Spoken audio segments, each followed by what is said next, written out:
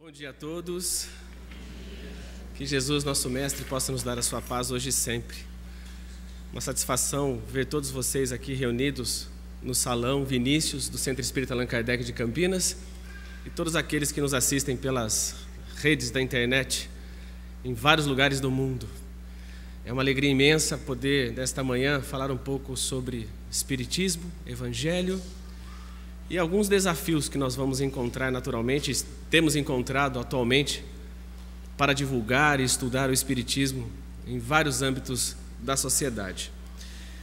Eu gostaria de dizer que o nosso tempo, o século XXI, ele é extremamente diferente de 20, 30, 40, 50 anos atrás.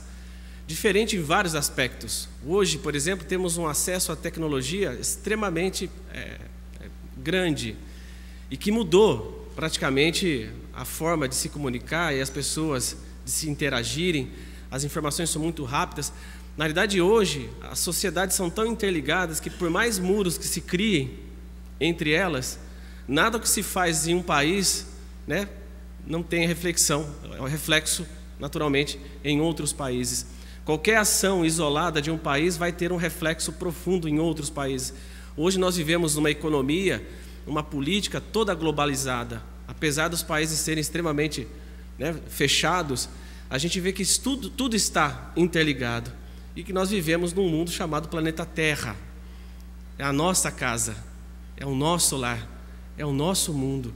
Apesar das barreiras serem imensas, não só políticas, econômicas, de linguagem, por exemplo, culturais, existem grandes barreiras, mas nós todos somos seres humanos, vivendo neste lar chamado planeta Terra. Então o que a gente percebe? Que o mundo hoje tem linguagens próprias. Quando a gente fala de sistemas integrados, que é uma linguagem da administração, a gente percebe que esses sistemas integrados e a interdisciplinaridade, que o conhecimento de forma geral se toca de forma muito profunda, e hoje não se fala mais numa ciência isolada, mas uma ciência que estuda os seus fenômenos, o seu conhecimento, mas que naturalmente tem o seu alcance em outras áreas do conhecimento. E isso tudo está interligado e modifica muito a nossa forma de viver. E aí às vezes gera, como nós estávamos conversando antes da palestra, gera verdadeiras solidões. Pessoas vivendo uma profunda solidão, às vezes no meio de uma multidão, nem que essa multidão seja virtual. E a gente percebe que essa comunicação acelerada, essa tecnologia, principalmente no campo da saúde, muda a nossa forma de nos relacionarmos. Por quê? Hoje, por exemplo, a ciência, do ponto de vista da saúde, levou o ser humano a uma longevidade muito grande. Hoje se vive em alguns lugares do mundo, às vezes até 100 anos.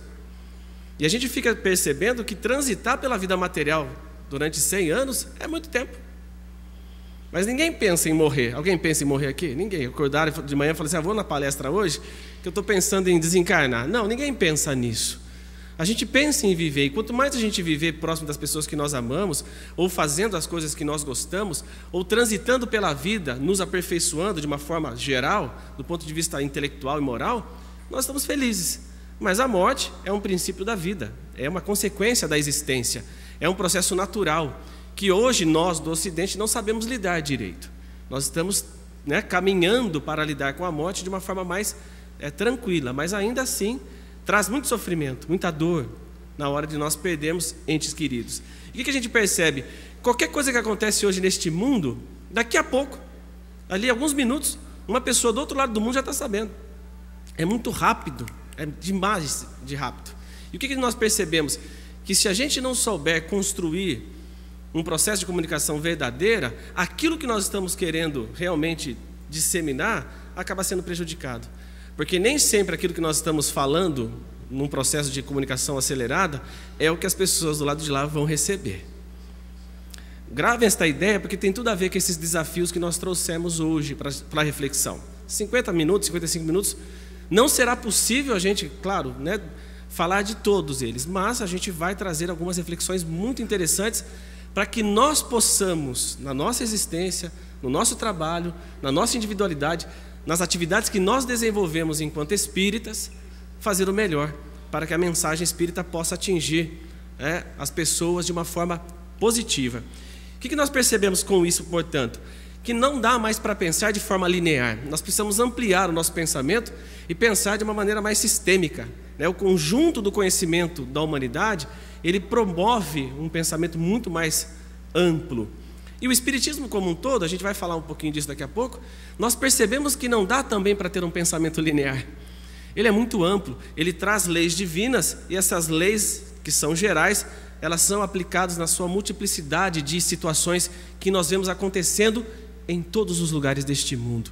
Independente de ser espírita ou não, as leis divinas vão funcionar.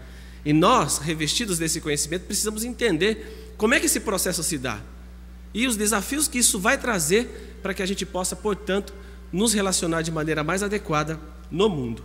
Lá na conclusão do Livro dos Espíritos, Allan Kardec diz que o progresso da humanidade tem seu princípio na aplicação da lei de justiça, de amor e caridade. Lei que se funda na certeza do futuro, tirando-lhe essa certeza, e lhe tirareis a pedra fundamental. Ou seja, todas as questões do conhecimento humano, de uma forma muito ampla, ela tem que convergir para um propósito maior, que é o nosso progresso moral. Na doutrina espírita nós aprendemos que sempre o intelecto vem antes do desenvolvimento moral. Isso é totalmente natural, porque para nós sabermos discernir o certo do errado, a gente precisa raciocinar, nós precisamos pensar, nós precisamos produzir conhecimento. Tem muita gente, muito espírito, que evolui muito intelectualmente, mas moralmente deixa a desejar.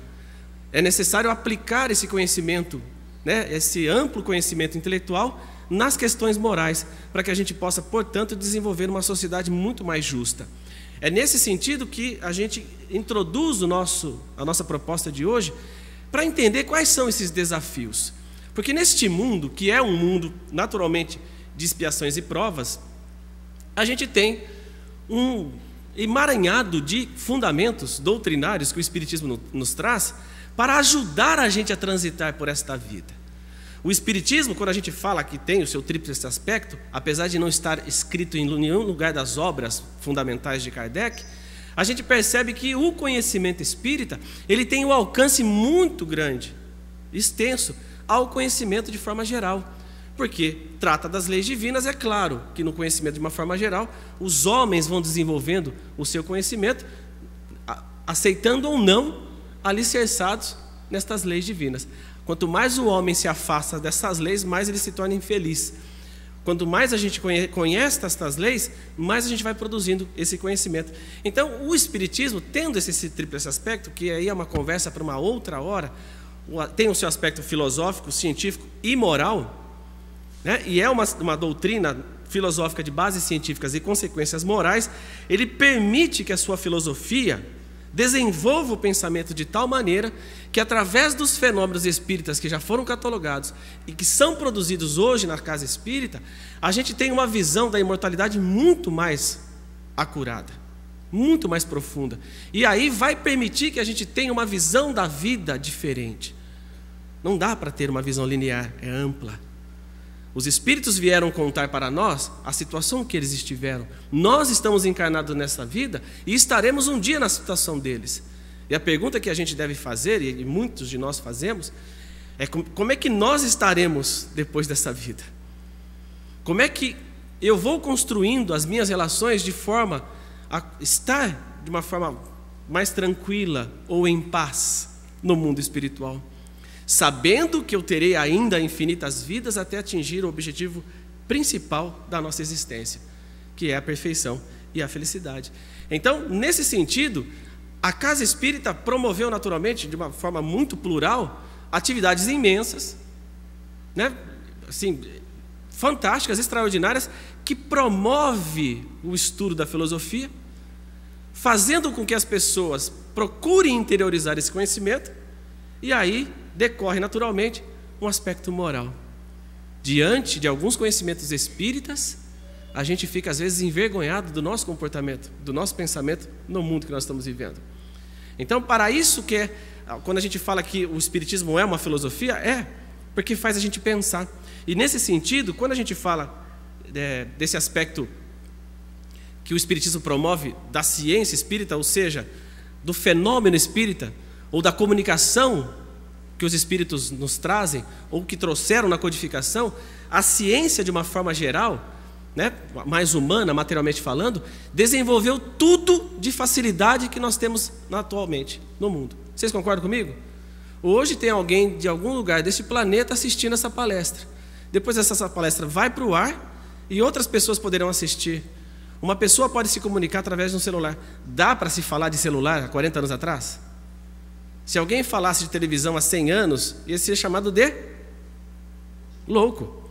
Mas hoje é uma realidade tão grande que a interatividade com a televisão é tão fantástica que, se a gente não tomar cuidado, a gente acaba esquecendo da realidade que a gente vive. É como assistir um filme, né, esses longa-metragens de 4 horas, às vezes no cinema. A gente sai de lá do cinema, a gente achando que está em outro mundo. Alguém já teve essa sensação? Né? Você mergulha naquele roteiro, que quando você sai daquela realidade, você fala assim: nossa, onde eu estou? Né? Que cinema que eu fui? Que lugar é esse que eu vivo? A gente às vezes desconecta da realidade. E a interatividade hoje é tão grande, fruto dessa ciência, que promove ou procura promover esse bem-estar, é fruto da inteligência do homem.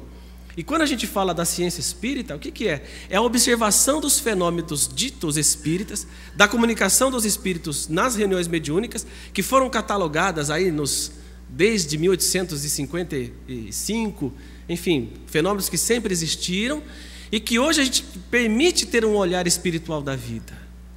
Não dá mais para a gente olhar da mesma forma a sociedade e o mundo que nós vivemos a partir dessas comunicações. Assim como não dá para ver o mundo com outros olhos olhando esse avanço tecnológico, do jeito que a gente vê hoje. E a gente se pergunta: como é que esse mundo vai estar daqui a 100 anos? Que tipo de facilidade ou tecnologia o homem vai desenvolver a ponto de permitir coisas inimagináveis? Tem um vídeo na internet que mostra, né, como é que seria a vida de uma família, né, vamos dizer assim, envolvida em tecnologia desde a hora que acorda até a hora que vai dormir. É impressionante. E é um tipo de realidade que daqui a pouco a gente vai ver. Só que a pergunta diante desse fenômeno a gente faz de outra forma: como é que nós estaremos até lá? Espiritualmente falando, ou moralmente falando. A tecnologia às vezes gera grandes barreiras, não é? Um vasto sentimento de solidão. Mas é necessário que a gente às vezes saia da nossa zona de conforto, sente um na frente do outro, olhando nos olhos, e pergunte como é que o outro vai. Porque nem sempre uma conversa por WhatsApp, né, ela realmente tem o efeito de uma conversa pessoal. A gente vai falar um pouquinho disso daqui a pouco. Então, nesse sentido, essas descobertas, elas promovem grandes mudanças. E do ponto de vista da filosofia, né, que é uma área do conhecimento que avança o pensamento, que ajuda a gente a desenvolver o raciocínio e permite ampliar com criticidade o olhar que a gente tem pela vida.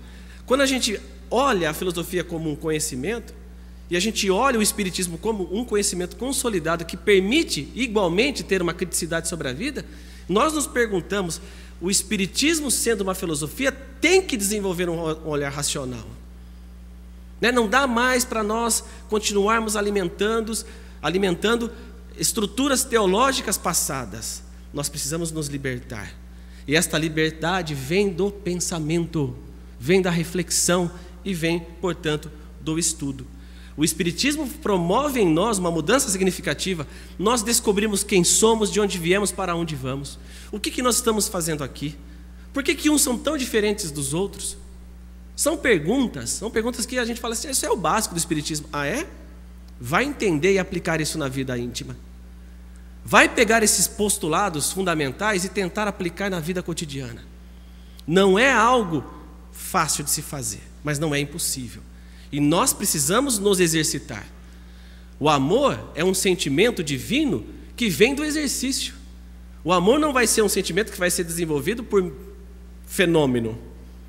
Aliás, o único fenômeno que ele vai produzir é o da atividade.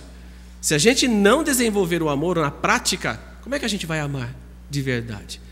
E a gente vai entendendo que toda virtude vem dessa prática, né? Desse hábito que a gente tem que fazer o tempo todo. Emmanuel, num livro, acho que Consolador, ele fala que a disciplina antecede a espontaneidade.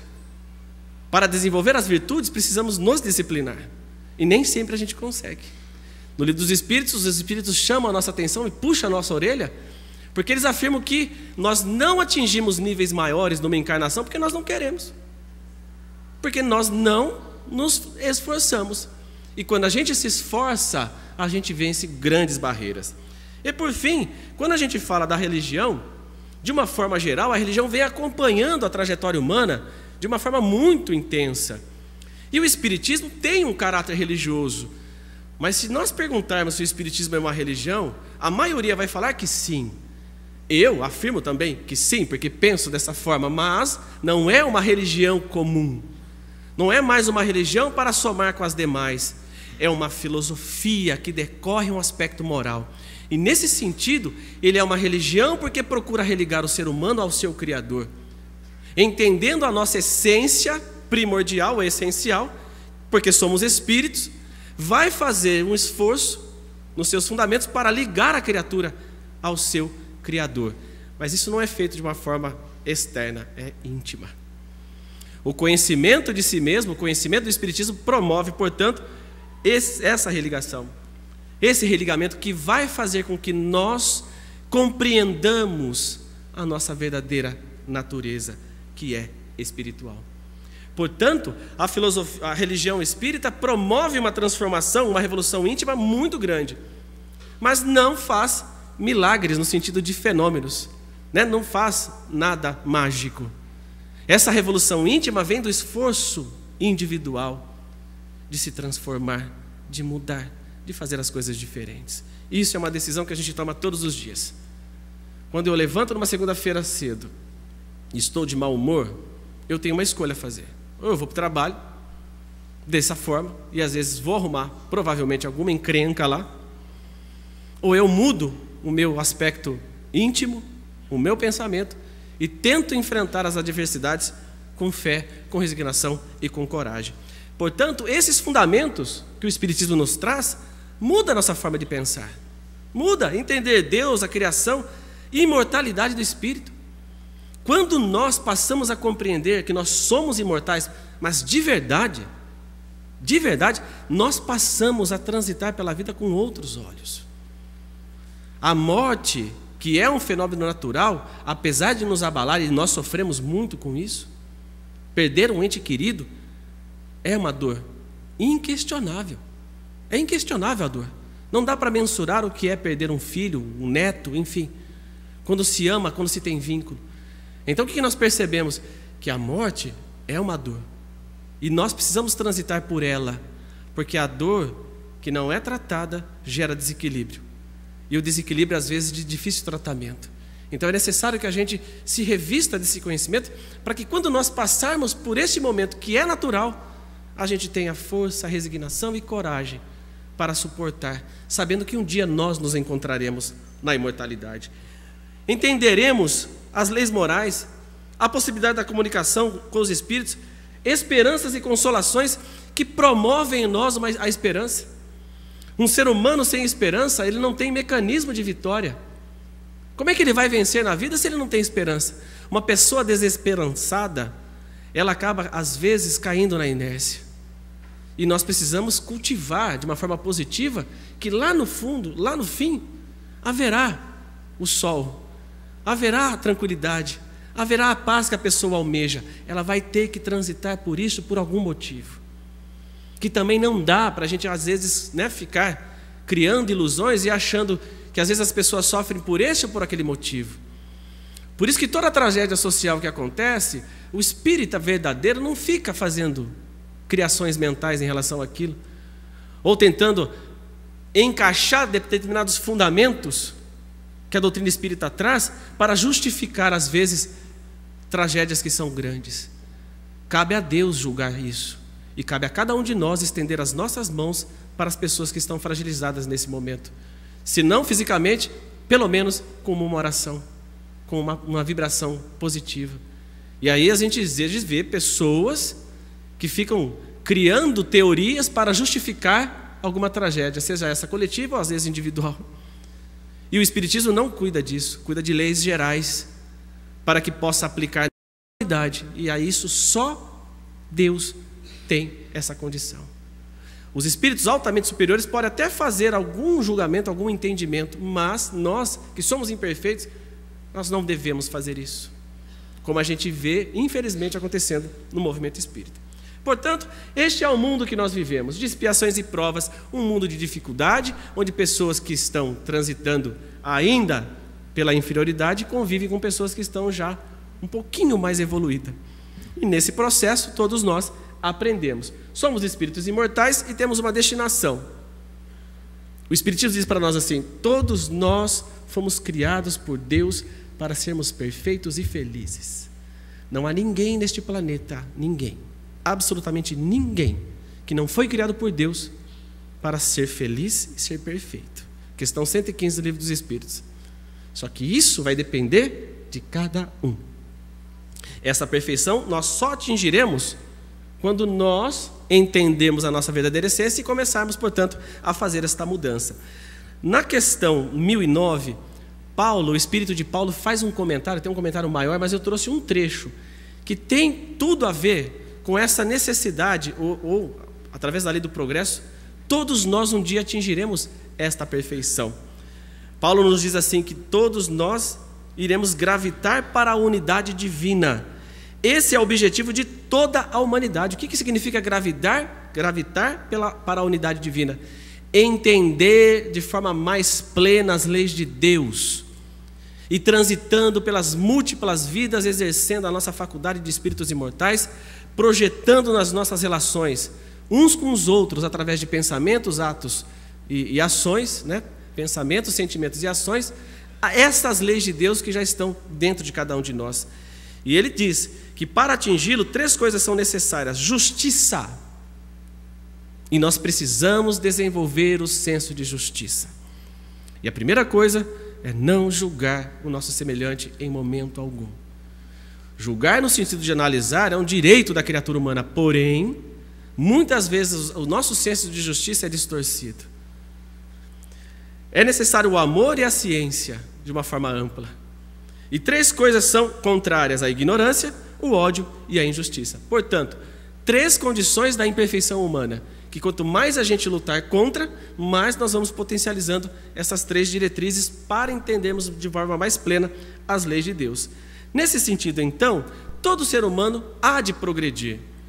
Uma das leis, das 10 leis morais que o Livro dos Espíritos nos traz, que inclusive é um estudo magnífico de se fazer, estudar as leis morais de uma forma, né, gradativa, nós percebemos que existem 9 leis morais e a 10ª que complementa todas. E uma delas é a lei do progresso. E esta lei do progresso, que é uma lei divina, ela vai impulsionar o ser humano a estas grandes mudanças e essas grandes transformações na Terra. A partir do nosso modelo mental, nós vamos mudando a nossa família, o nosso bairro, o nosso prédio, e a gente vai fazendo grandes mudanças sociais. Só que isso não é no nosso tempo, é no tempo de Deus. Nós desejaríamos estar mergulhados num mundo muito mais justo, mas nós estamos? Não. A gente tem que ficar reclamando o tempo todo? Não. Nós temos que nos revestir desse conhecimento e procurar entender que a sociedade humana há de ter as suas mudanças no seu devido tempo. E isto acontece, queiram os homens ou não. Na questão 783 do Livro dos Espíritos, Allan Kardec pergunta aos imortais: o aperfeiçoamento da humanidade segue sempre uma marcha progressiva e lenta? Eis a resposta: há o progresso regular e lento que resulta da força das coisas. Mas quando um povo não avança bastante rápido, Deus lhe provoca de tempos em tempos um abalo físico-moral que o transforma. Então não tem conversa. Queira ou não, muitas pessoas querem ficar estagnadas, mas Deus promove as mudanças que são necessárias. E essas mudanças, às vezes, vêm com sofrimento. Então, às vezes, as pessoas perguntam assim: por que eu sofro? Precisamos entender, às vezes, os bastidores das situações. O que está por trás? Se a gente não tem resposta nesta vida, provavelmente as respostas estão em vidas anteriores. Ah, Sandro, então vamos lá acessar nossa ficha, os antecedentes da nossa memória. Não precisa. Nós não precisamos fazer isso. Em Espiritismo, nós não incentivamos a acessar as memórias. Muito pelo contrário. O esquecimento é providencial para que a gente possa recomeçar numa existência e reescrever no livro da vida uma nova experiência. E quando a gente passa pelas dores e dificuldades e enfrenta, a gente sai de lá muito mais fortalecido. Eu não conheço ninguém, por exemplo, que tenha passado por algum processo de dor e que não tenha melhorado, e que não tenha transitado por aquilo, mas saído forte, modificado. E aí as experiências que virão no futuro serão naturalmente muito mais fáceis de se lidar. E aí Kardec faz um comentário muito interessante. O homem não pode permanecer perpetuamente na ignorância, porque não deve chegar ao fim determinado pela providência. Ele se esclarece pela própria força das circunstâncias. As revoluções morais, como as das revoluções sociais, se infiltram pouco a pouco nas ideias, germinam ao longo dos séculos e depois explodem subitamente, fazendo ruir o edifício carcomido do passado, que não se encontra mais de acordo com as necessidades novas e as novas aspirações. Então esse modelo, entre aspas, de maldade que a gente vê, será substituído pelo modelo da justiça, só que gradativamente, no seu devido tempo. E nós precisamos juntos lutar para um mundo melhor, para atingirmos, naturalmente, equilíbrio em toda a sociedade. Então, para que a gente possa entender tudo isso que nós dissemos, a gente trouxe 5 desafios que envolvem o Espiritismo de uma forma mais prática e que a gente vai naturalmente não só enfrentar no século XXI, mas no século XXII e nesse terceiro milênio que acaba, daqui a muito tempo. E a gente tem bastante tempo para reflexão e um tempo vasto para mudança, nas nossas perspectivas. Quais são elas? A convivência em sociedade, o estudo do Espiritismo, a divulgação do Espiritismo, a prática espírita e, por fim, o sentimento de igualdade, que é um dos maiores desafios que a gente vai ter para que o Espiritismo atinja níveis cada vez maiores de compreensão. E a gente vai falar o porquê. Por exemplo, quando a gente fala em convivência em sociedade, existem grandes barreiras entre as pessoas no mundo. E essas barreiras precisam ser diminuídas. E como é que a gente diminui? Como é que a gente faz essas mudanças? Nós precisamos atacar nas causas. Mas as causas são culturais, não tem problema. Não tem problema. Certa vez eu vi um vídeo de uma criança no meio de pessoas de várias raças. E as crianças de várias raças convivendo bem. Porque aquelas crianças foram orientadas e educadas a conviver com as diferenças de maneira muito natural. Então, para elas, não tem crianças negras, amarelas, pardas, enfim, brancas. Existem crianças. Crianças que elas podem brincar, que elas podem trocar experiência e às vezes brigar, porque criança briga, A gente sabe disso. E aí o que nós percebemos? Que quanto mais a gente desenvolver o senso de educação no seio das pessoas, na forma de pensar e de agir, mais preconceitos nós vamos deixando de ter. E de uma forma muito mais natural nós vamos transitando pela vida e fazendo com que a sociedade se torne cada vez mais justa. Nós precisamos fazer a nossa parte. E será que nós fazemos? No dia a dia. A gente levanta, por exemplo, no nosso local do ônibus para que uma pessoa mais velha sente. A gente faz uma gentileza quando a gente tem a oportunidade. A gente devolve alguma coisa que nós achamos na rua para alguém. A gente faz pequenas coisas no mundo para que o mundo se transforme num mundo melhor. Pelo menos nós estamos fazendo a nossa parte para que isso aconteça. Como atingir, por exemplo, as mais variadas pessoas no mundo, usando o estudo, a divulgação e a prática espírita. Como é que nós criamos mecanismos para fazer de forma assertiva essa difusão destas ideias? Estamos fazendo o correto nas nossas atividades doutrinárias?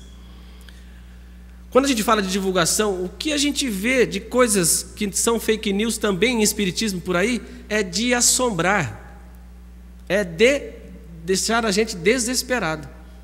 Mensagens que vêm, a gente não sabe de onde, de espíritos às vezes que assinam essas mensagens que são muito conhecidos pelo movimento, e quando a gente vai ler, a gente fica estarrecido que não tem nada a ver com nada. A mensagem fala às vezes de coisas que nenhum espírito superior traria a mensagem daquela forma. E o que nós percebemos?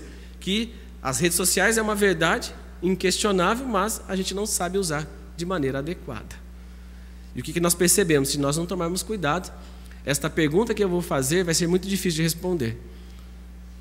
Como é que o espiritismo vai estar daqui a 200 anos? Como é que a doutrina espírita estará daqui a 300 anos? Daqui a 500 anos?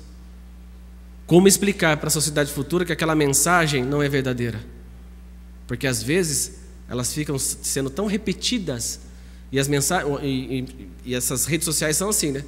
Às vezes uma mensagem é repetida tanto que muitas pessoas tomam aquelas mensagens como verdades, infelizmente, sem ao menos pesquisar a origem, de onde veio, por que veio, o que está fazendo ali. Aí eu recebo, multiplico nos meus contatos, e isso se torna viral, uma coisa assim impressionante. E aí a gente tem um trabalho imenso de esclarecimento na Casa Espírita. Olha, essa mensagem não é de fulano. Mas por que não é de fulano? Vamos lá entender. Aí você tem que entender como é que o processo se dá de comunicação, como é que você faz para identificar um espírito, como é que, né? E é um trabalho realmente muito difícil de se fazer, muito sério, para que você possa garantir que aquela mensagem é daquele espírito ou não. Então o que a gente precisa fazer? Entender esse processo, que é um grande desafio. E por fim, a igualdade de sentimentos, a igualdade de valores e a igualdade de posturas.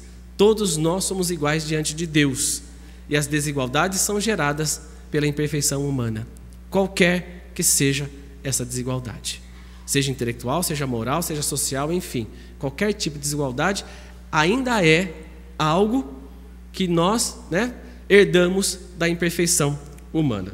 Então, para a gente trazer de uma forma mais sintetizada, como é que a gente convive bem na sociedade? Porque a convivência permite o desenvolvimento intelectual e moral. E somente assim é que nós vamos atingir níveis elevados de evolução. Como é que a gente faz, portanto, para transitar pelo mundo, que a gente vem para o centro espírita, a gente recebe uma série de informações e depois a gente vai viver no mundo. É lá fora que nós vamos exercitar a nossa capacidade de seres individuais e transitar nas nossas relações de maneira tranquila. É tranquila, gente? Nós sabemos que não, porque a multiplicidade de pessoas nesse mundo são muito grandes, principalmente morais, e transitar na convivência com pessoas que pensam completamente diferente da gente é um desafio que a gente sempre vai ter, seja nesse século, seja nos séculos que virão, porque Deus vai permitir que a gente conviva com pessoas diferentes para que a gente possa, portanto, evoluir. Evoluir com pessoas que pensam igual a gente não dá muito certo. A gente só vai progredir naturalmente, principalmente do ponto de vista moral, quando nós convivermos com pessoas que pensam completamente diferente. Então nós precisamos permitir que essas pessoas estejam conosco na caminhada terrena, a fim de que a gente possa, portanto, ter os nossos aprendizados. Então, como vencer tudo isso? Como vencer as adversidades? O Espiritismo ajuda a gente a entender esse mecanismo, porque a gente não sabe às vezes a dor alheia, a gente não sabe medir isso, né? A gente não sabe às vezes se colocar no lugar do outro, agir com alteridade, e é um exercício que vale muito a pena, né? Às vezes a pessoa explodiu com a gente precisa às vezes entender o porquê que a pessoa chegou naquele ponto, né? Que quando a pessoa está agindo assim, ela está no ápice da sua imperfeição, e quando a gente entra no debate ou na briga, nós estamos agindo como ela. Então é necessário que a gente escute, que a gente perceba o que está por trás daquilo, a fim de que a gente possa transitar, portanto, na sociedade de maneira mais tranquila. E essas relações interpessoais é um grande desafio para o movimento espírita, para a Casa Espírita de uma forma geral, porque o espírita é sal, como Jesus disse no Evangelho, né? Vós sois o sal da terra, sal dá gosto, dá tempero. E o espírita precisa se revestir desse conhecimento para viver no mundo, para viver com pessoas de outras religiões, não fazendo proselitismo, tentando fazer com que as pessoas se convençam das suas ideias. E é muito engraçado que quando algumas pessoas são espíritas, né, de início, elas ficam tão encantadas com aquilo, que o desejo delas é que o mundo inteiro a escute, e que a sua família inteira venha para o centro espírita. Aí no primeiro churrasco que tem na família, só por Deus, tenta convencer todo mundo, e a pessoa não está ali preparada para aquilo, não quer ouvir, e aí a gente cai, né, vamos dizer assim, nós somos tratados de maneira pejorativa. E na realidade nós devemos nos revestir e agir. E a ação vai ser o exemplo para trazer as pessoas para este conhecimento. Então Kardec diz assim lá no comentário da questão 768: homem nenhum possui faculdades completas, Mediante a união social é que elas umas às outras se completam, para que se assegurarem o bem-estar e o progresso. Por isso é que, precisando uns dos outros, os homens foram feitos para viver em sociedade e não insulados, isolados. Precisamos uns dos outros. Nós precisamos de vocês, vocês precisam da gente. Nós precisamos transitar por esta vida enfrentando essas adversidades. Então, quando o espiritismo, ou espírita, naturalmente vai para o mundo, ele tem que estar revestido desse sentimento cristão, né? Porque o Evangelho de Jesus, aliado ao conhecimento e os fundamentos do espiritismo, ajudam naturalmente a gente a ter um olhar diferente. Então, como o espiritismo nos apresenta novas ideias acerca da vida, procura responder essas indagações filosóficas, ele promove um comportamento diferente, né? Nós vamos agir no mundo segundo esses princípios, mas a gente não precisa dizer para as pessoas que somos espíritas. Há 60 anos atrás, se a gente dissesse isso publicamente, a gente ia preso.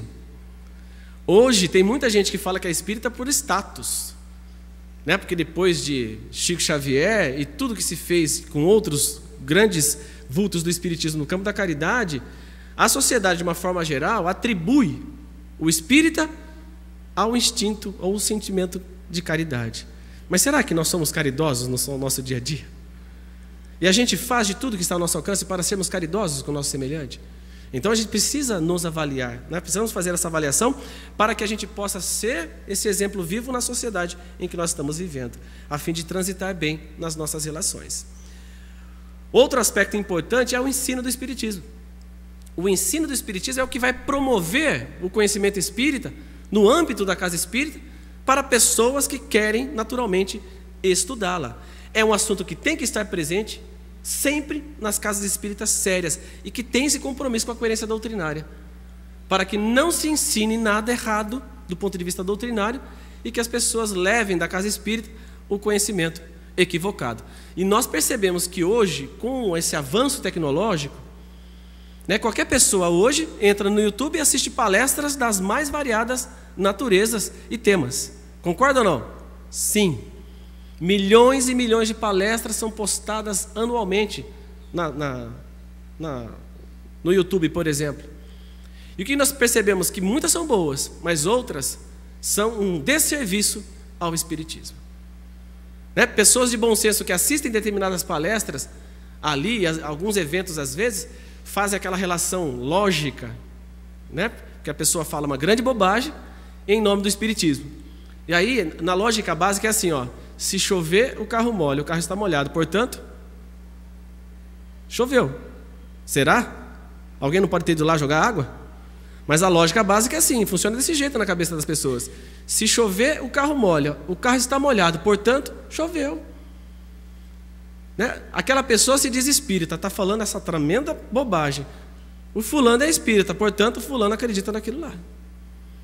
E isso é um desserviço ao espiritismo. Até a gente conseguir reconstruir isso, demora muito tempo. E as pessoas vêm para a casa espírita, vêm para o centro espírita já revestido desses conhecimentos distorcidos. E a gente tem um trabalho imenso no campo dos cursos para desfazer e desconstruir estas ideias. Então é necessário que as casas espíritas entendam que o postulado principal é Kardec, né? Qual é a fonte primordial e essencial para o conhecimento espírita?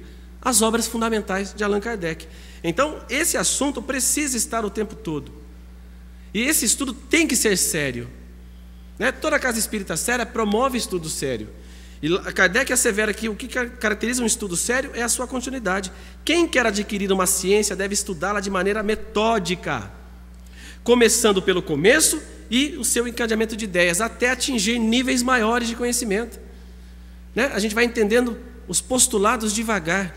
Nós vamos nos revestindo desse conhecimento e permitindo que a gente tenha senso crítico para saber discernir o joio do trigo que a gente vê, infelizmente, no movimento espírita. Eu vou ter que citar naturalmente, mas não vou, por questões éticas, né, falar o nome do autor, mas se fala em gravidez no mundo espiritual. E a gente fala assim, meu Deus do céu, de onde tiraram isso? E centros espíritas ensinando isso em cursos. E nós nos perguntamos, aonde está isso na codificação? Qual a lógica de se ter uma gravidez no mundo espiritual? Nenhuma. Mas muitas casas espíritas multiplicam um conhecimento desse, fazendo com que as pessoas saiam das suas casas com conhecimento distorcido. Isso é muito sério. É uma responsabilidade muito grande. Então, a divulgação do Espiritismo tem que ser alicerçada nas obras de Kardec. Kardec, em Obras Póstumas, diz assim: o estabelecimento teórico da doutrina e os meios de popularizá-la devem acontecer, mas tem que ser sistematizado, tem que ser divulgado com coerência, com lógica, com bom senso, para que esta doutrina esteja ao alcance de todos. Pessoas das mais variadas ordens sociais e também intelectuais. A nossa linguagem tem que ser usada para transmitir o conhecimento para todas as pessoas, independente do seu nível, de formação, não importa. Esse conhecimento tem que estar ao alcance de todos. Nesse sentido, então, o que nós percebemos? Que os cursos de Espiritismo, de uma forma sistematizada, ajuda muito, na divulgação do Espiritismo. Mas, lá em Obras Póstumas, Kardec, em 1868, já deu essas diretrizes, para que as pessoas reunidas pelo interesse comum de estudar, pudesse, dentro desse ou daquele método, isso pouco importa, o método que se use, mas que as referências sejam sempre estas, basilares, porque os fundamentos estão nas obras de Kardec. Um curso regular de Espiritismo seria ministrado com o objetivo de desenvolver os princípios da ciência e de propagar os gostos pelo estudo. Nós não conhecemos Espiritismo apenas pelas palestras. Nós não conhecemos doutrina espírita apenas pelos cursos. Nós conhecemos Espiritismo estudando as obras, mergulhando a fundo na reflexão desses livros, lendo a cada dia uma questão, procurando entender o alcance daquelas questões no mundo em que eu vivo. E gradativamente nós vamos mudando a nossa forma de pensar. E o que vai acontecer? E a gente fala isso com muita tranquilidade e muita convicção. A obra espírita não é uma obra de apenas uma encarnação. É uma obra que nós vamos levar vidas para absorvê-la de uma forma mais plena. Porque a cada 10 anos, a cada 20 anos, nós não somos as mesmas pessoas. E quando passamos a estudar estas obras, nós passamos a olhar coisas diferentes. Tenho certeza que muitos aqui já leram o Livro dos Espíritos, mas na releitura a gente aprende coisas novas. Na leitura da terceira vez a gente vê também coisas novas, e assim é consecutivamente, porque também nós amadurecemos e vamos vendo uma nova forma de ver a vida. Então, esses cursos devem sim promover a reflexão, mas tem que ser naturalmente baseada nas obras de Kardec. Na introdução, Kardec ainda nos fala que acrescentamos que o estudo de uma doutrina, qual o Espiritismo, que nos lança de súbito numa ordem de coisas tão nova como grande, só pode ser feito com utilidade por homens sérios, perseverantes, livres de prevenções e animados de firme e sincera vontade de chegar a um resultado. Olha que lindo isso. Olha como é lindo ver a forma de se estudar. Essas são as obras que a gente deve dar like o tempo todo, e que muitas vezes nós esquecemos. Por quê? As obras fundamentais, as obras básicas, elas são todas interligadas, inteirinha, Por exemplo, o Livro dos Espíritos, ele tem interligação com todas as outras 4 obras. A primeira parte a gente vai ver no livro A Gênese. O livro 2 do Mundo Espírita, no livro dos Médiuns. No livro 3 das Leis Morais, o Evangelho segundo o Espiritismo. E depois, Esperanças e Consolações, no Ilustre Desconhecido, que a gente já teve a oportunidade de falar aqui, chamado Céu e Inferno. É uma obra sólida, que permite a nossa renovação íntima. Então precisamos naturalmente estudá-las. E aí entra num aspecto muito importante os desafios que a gente vai encontrar. Por quê? Primeiro, quando a gente fala do estudo do Espiritismo, a gente tem várias e várias traduções. Tem ou não tem? Tem. E a gente percebe que às vezes algumas traduções trazem probleminhas. E aí que a gente percebe, quanto mais a gente estuda, mais requer da gente um esforço para entender, de uma forma mais plena, o Espiritismo. E no campo da divulgação? Não tem nem o que falar. Hoje ainda com redes sociais e tecnologia, se a gente não tomar cuidado, muitas pessoas vão tomar determinados artigos ou determinadas fontes como Espiritismo e não é. Então, como a informação é muito rápida, o que a gente percebe? A gente precisa se empoderar desse conhecimento espírita, através do estudo, para que a gente possa divulgar o Espiritismo de maneira mais correta. A gente uma diretriz riquíssima que os Espíritos nos trouxeram foi: Espírita, amai-vos, este é o primeiro ensinamento. Instruí-vos, eis o segundo. E aí no cristianismo se encontram todas as verdades. São de origem humana os erros que neles se enraizam. Então, o que nós percebemos? Que do ponto de vista da divulgação, é necessário usar essa referência para entender os ensinos de Jesus, promovendo a nossa transformação moral. E a gente vê isso através do raciocínio. Então, a divulgação da doutrina espírita deve ser feita em larga escala, sim, e hoje é feita. Mas o resultado, às vezes, não é o que nós desejamos, né? Esse jornal mesmo que a Gleides falou, que nós divulgamos, é porque a gente tem segurança que os artigos que são publicados ali são corretos. E aí, outras vias de comunicação também nós divulgamos porque nós temos, né, tranquilidade e segurança que as pessoas que vão ter acesso a um conhecimento espírita genuíno. Então a gente tem jornais, revistas, divulgação através de palestras, rádio, né, livros, televisão e redes sociais. Se divulga muito mais hoje por rede social do que a gente pode imaginar. Tem palestrantes que fazem palestras e transmitem ao vivo pelo Facebook, ou fazem as transmissões pelo Instagram.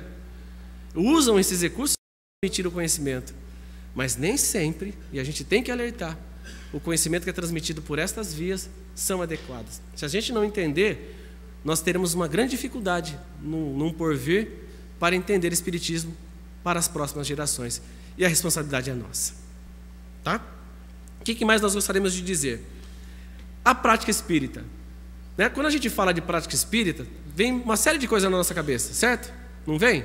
Vem, um monte. Então, caridade, cesta básica, o passe, enfim, é uma infinidade de coisas. Mas se a gente fosse traduzir em palavras rápidas, a prática espírita tem que ser aquela que acolha a criatura humana em suas necessidades essenciais, que motive uma transformação através do conhecimento de si mesmo. Essa tem que ser a prática espírita. Então, nós não podemos desatrelar esta prática da fé raciocinada. Não dá. Então, a prática espírita traz naturalmente, às vezes, a herança das religiões que nós transitamos. Por isso que a gente vê, às vezes, algumas casas espíritas extremamente, né, religiosas, do ponto de vista da manifestação teológica mesmo, propriamente dita. E o espiritismo tem que ser libertador. Então, o que nós percebemos? Que o processo de evolução natural, através das religiões, se deu através dos tempos. E que hoje nós gostaríamos do quê? De entender a aplicação desse conhecimento espírita de uma forma mais, né, plena, livre de exterioridades, livre de conceitos externos, fazendo com que a gente entenda o espiritismo e o evangelho, né, de uma forma que tenha aplicação na nossa vida. Porque senão deixa de ter sentido. Se eu leio uma obra espírita, aquilo não tem sentido na minha vida, não serviu para mim para nada.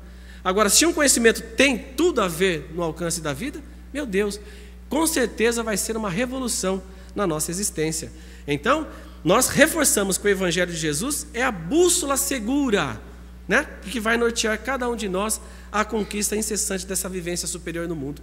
Jesus, há 2000 anos, lançou esses alicerces, e o Espiritismo resgata no século XIX, para que hoje, no século XXI, a gente possa, portanto, dar prosseguimento a esta compreensão, a essa vivência.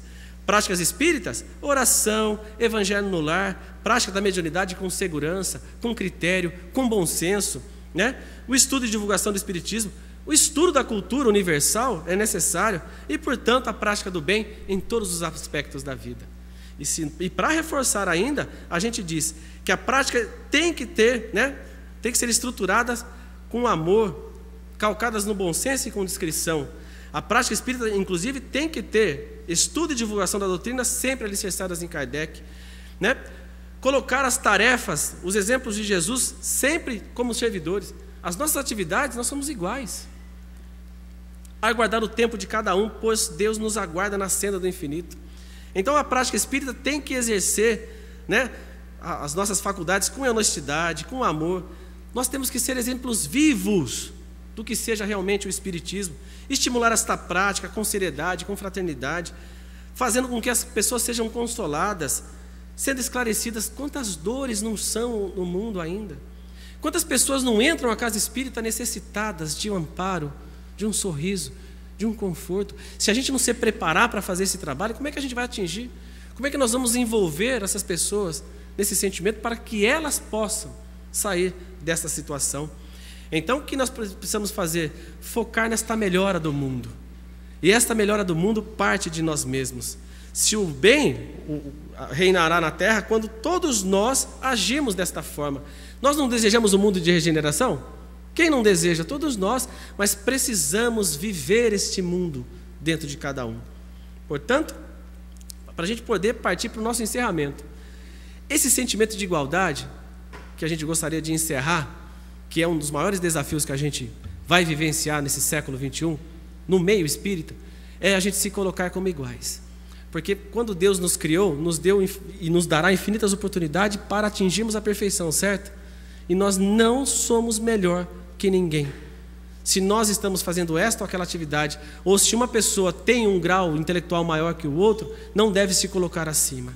Muito pelo contrário, deve usar esses recursos para ajudar o seu semelhante, aqueles que precisam e necessitam. Então, esse comportamento é um comportamento do mundo de regeneração. Sentir-se igual não significa rebaixar aqueles que são, às vezes, embrutecidos, mas olhar com resignação e com amor aqueles que precisam. Olhar com carinho, com aquele ser, aquele filho de Deus que precisa do nosso amparo naquele momento, a fim de sair daquela situação e poder naturalmente, no longo do tempo, reviver a sua vida. Então, dessa forma, qual é a responsabilidade da Casa Espírita? Estudar, divulgar e praticar o Espiritismo de maneira simples. O Centro Espírita tem que acolher, consolar, esclarecer e orientar. Esta é a função da Casa Espírita no século XXI. E quais são os desafios? Capacitação, envolvimento com amor na tarefa, estudo do Espiritismo a fim de que usar esses recursos para ajudar o nosso semelhante, porque os trabalhadores de uma Casa Espírita devem se esforçar para que essa mensagem chegue no coração das pessoas, com base no amor, no acolhimento, na paz, na consolação e no esclarecimento. Nesse sentido, então, nós gostaríamos de dizer: o Evangelho de Jesus e a doutrina dos Espíritos são recursos inquestionáveis de mudança. É um tesouro recebido de Deus para que a gente possa usar dessas ferramentas para a transformação de nós mesmos. Enfim, mudarmos o nosso íntimo a partir desta proposta superior, usando aquelas diretrizes de segurança que Emmanuel nos trouxe no livro Renúncia. Paulo Estevão, amar, trabalhar, esperar e perdoar. São diretrizes que vão nortear as nossas relações uns com os outros e no trabalho na Casa Espírita. E por fim, jamais desanimar, perseverar firmes no ideal, construindo um mundo melhor a partir de nós mesmos. O maior desafio é fazer a nossa revolução íntima. Olhar para dentro de si e entender que nós temos à nossa disposição recursos imensuráveis dados por Deus, a fim de que nós possamos nos melhorar. Quando nós falamos que o Espiritismo é o Consolador prometido, nós estamos agradecendo a Deus pela oportunidade de receber esse conhecimento, a fim de nós transformarmos a nossa vida numa vida melhor. E para encerrar, uma música que vai ser a nossa prece de encerramento. Tudo bem? É uma música chamada Prece ao Consolador, que realmente fecha com maestria essa reflexão simples que nós fizemos, mas que vai naturalmente levar a gente a um processo de compreensão do futuro. Que a gente possa levar o Espiritismo para os séculos futuros, mas com segurança, com amor, com determinação, para que as gerações futuras possam colher os frutos desse trabalho. Uma linda semana a todos e que vocês tenham um ano gratificante, iluminado, de muita paz e muito amor.